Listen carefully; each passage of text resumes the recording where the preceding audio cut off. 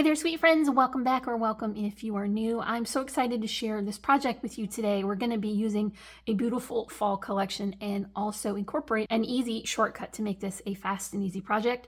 Now, this is going to have loads of room for your pictures and your journaling, plenty of places to have your fall memories. We're going to incorporate many of the image cut aparts from this collection and also include a flap page, and each set of these pages are going to have similar elements. So if that sounds good to you, then stick around and we'll make it together. For today's project, we're going to be using the Simple Stories Simple Vintage Country Harvest, and I shared this during our haul video for our 13 Days of Halloween series, and in that video I did share that I had planned to use this after that series was over, but I do not have the patience to wait for having a project with the pretty paper, so I'm going to use it today. And for a project, I'm going to only be using the pattern paper. So this was originally a collector kit, and it did have the sticker sheet, the chipboard, and the ephemera and washi, but for today we're just going to be focusing on that paper.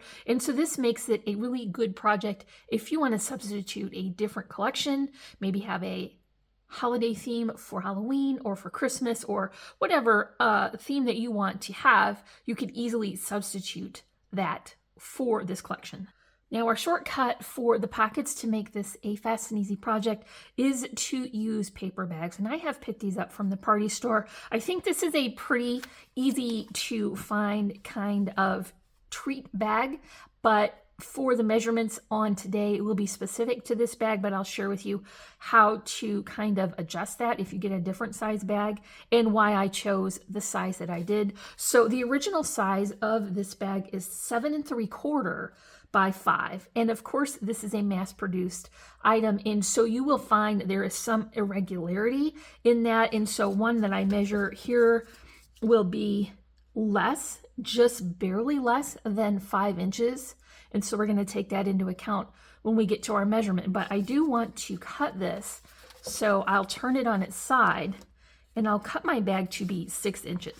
So you see here I have my bag, and I just cut off the portion at the top so that we keep our pocket. And so to adjust the measurement for this, we want to be able to have a solid color border around the pattern paper. And so what I'm going to do is take that measurement that was just less than 5, I will round up to 5, and then I'll subtract 1/4 inch. So for our pattern paper, we're going to have 1/4 inch shorter and narrower than this paper bag. And so that will give us a border, and that will help to mitigate any awkward measuring that would have to be done for it to be exactly if we round up first. So as I mentioned, we're going to have our pattern paper, and we're going to cover this bag, and then we're going to utilize this pocket here on the end. And so this will be a side pocket. I want to cover that bag with our pattern paper. And so the measurement for this is going to be 4 3/4 by 5 3/4. It will be off just slightly, but that's a big enough border that it will not be noticeable.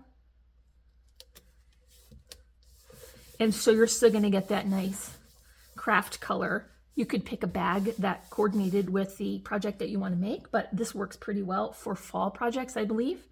And I do want to utilize an offcut for the front, so I'm just using that same pattern, but I flipped it over to the B side, and so now I have a layering pattern. Now, when you measure your paper, it's very important to not leave yourself too much of a border for the width if you're going to use a spiral, because it will cut into that edge, and you don't want to create any areas where that paper could become fragile and may be damaged by that cutting machine. If you're going to use rings, I might not be quite so worried about that, but for today we're using that spiral. And then I do want to flip that over. It's easy to keep the orientation correct because you know you want that pocket to be on the outside. And so this is just going to be the paper that will show when you flip that over, and this will be the first set of pages. And so that is the same measurement here. And I'm just going to adhere that. right to the bag. This is not a glossy bag.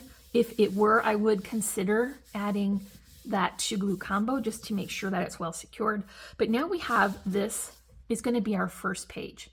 And so this will be the cover and then the first of the inside pages. I need to cut that edge with that spiral binding machine. I have shared this in the past. It is really on its last leg on life support. It still keeps working and I'm going to continue using it, but it is a bit of a risk because I don't know at what point it will stop working and I don't want it to be midway through a project. So I am going to cut the page for this, but I have already cut all the remaining pieces off camera so that I don't have any unpleasant surprises and we're not able to finish our project. But I'm going to follow the guide here where it says to line this up, and it worked pretty well for our 5-inch project that we had all pretty much full cuts except the one on the bottom, and that is okay. I have to stand over this now to get it lined up, so hopefully it will record my voice accurately, but what I want to do is make sure that I have it in the right way, and then I'll just position that along that line. And now I've worked through that first cut and I will slide that down so that I can add that cut into the notch so that I'll keep everything lined up nice and even. And then continue to do that until you get that whole row cut with the holes. I've set that binding machine to the side for a bit so that I can show you how we're going to assemble this book now. And I do have 4 of those favor bags, and that will give us 3 2-page sections on the inside. So I did already share this page with you, and I'm going to have them match. You don't have to do that. If you want to go through your stash and really get a lot of use out of it, then that will be perfect. And so here's the next page and that last set of pages. So I'm going to build this from the bottom going up because that is how I'm going to add it to that spiral. And so for each of these sets of pages, I do want to incorporate some additional layers. And so the first one I want to add is a flap page. And I have this cut to be 4 3/4, but this time it's a 9 inches wide, and I scored that at 6. And I have already gone through and cut all of these layers before I start to assemble. And so I can just position this here. I have a full-size page that does not fold, and so that is just going to be the same measurement. Line that up. And then I also want to incorporate some of the other sizes of those image cut aparts. So I'll have a 4x4 here and then also a 3x4. And this is going to be a great album to utilize all of those cut aparts. And you know that Simple Stories is going to give you a lot in a variety of different sizes. So this is a perfect way to get through those. So for that 4x4, I added it closer to the top, and the 3x4 I'm putting it closer to the bottom, and I'll just line up those holes. So let's flip over this next section, keeping that all lined up and nice and even.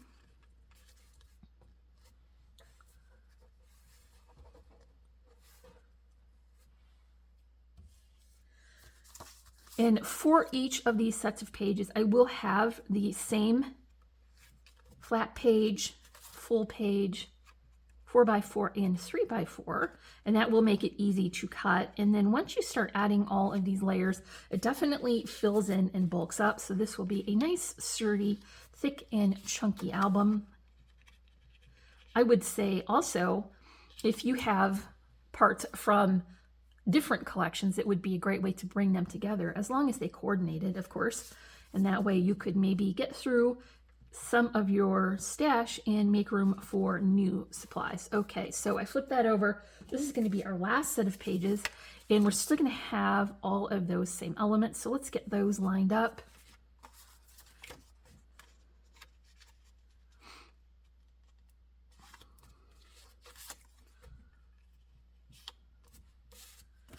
And then that will be the last 3x4. So the trick, I think, with spiral binding is always to try to remember to incorporate the cover in the right order. And so you would think that this would be the correct order. having that lined up with the front on the top. But for that spiral, you're going to have to pull the bottom one up and over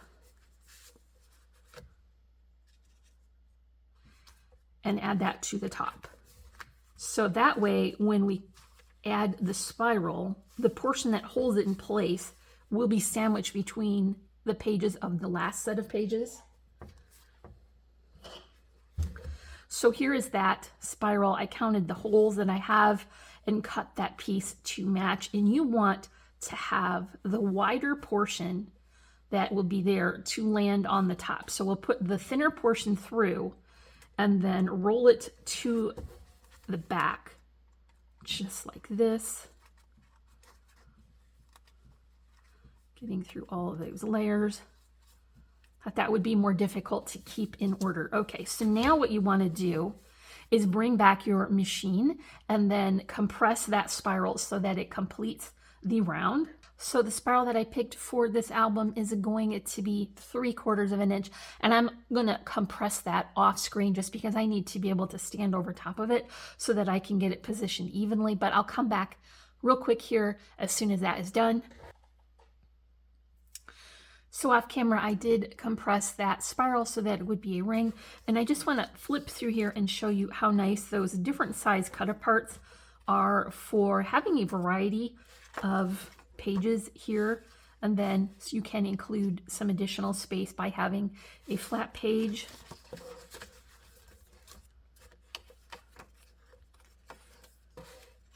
This is a great way to utilize some of those larger images from a collection that you might not be able to if you were just layering, stacking all these papers and adhering them together. So that is a nice way to get use out of that.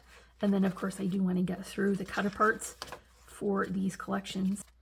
And so now what I want to do is include some inserts to these bags, and that will add additional layers of thickness and bulk and also give us more room to add the finishing details that we want for our project. So that is just going to be those 4x6 pages. And now this is going to slide in pretty easily and it won't get caught. So you won't need to cut that any further from the height, and then it will stop where that spiral is. So you'll have a little bit sticking out here, and that will be nice so that it will be easier to pull in and out.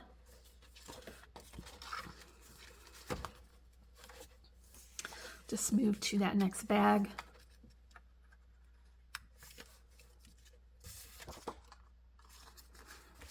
There is room in these pockets for some additional flat keepsakes and mementos, so I would consider adding more to that if you want to have more things that you don't want to adhere down.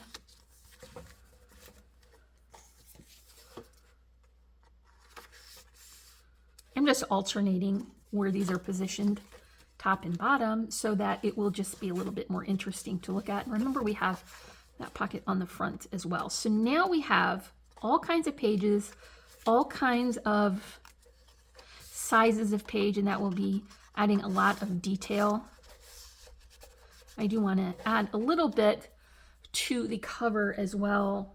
And so I'm going to use my favorite combination of a die cut doily here along with an image from the cut apart sheet. I did have a rounded rectangle die that had a stitched edge detail, and so I used that to cut that down to be a better size for the front of a smaller album. I added an eyelet and twine, and then of course some foam tape that will give us a little bit of dimension on the cover. I created an arrangement here with some beautiful chrysanthemum flowers and trims from Really Reasonable Ribbon, and I'll adhere this to the bottom using hot glue, and then I'll just include a couple of pretty leaf charms here. I tied those together with string, and I'll just add that to a little bit of hot glue, and then top those cut strings with a pretty little button. And so that's going to be it for our tutorial today, and I sure do hope you enjoyed it. If you did, don't forget to comment, like, and subscribe, and check in the description for links for these beautiful trims and flowers, as well as our socials.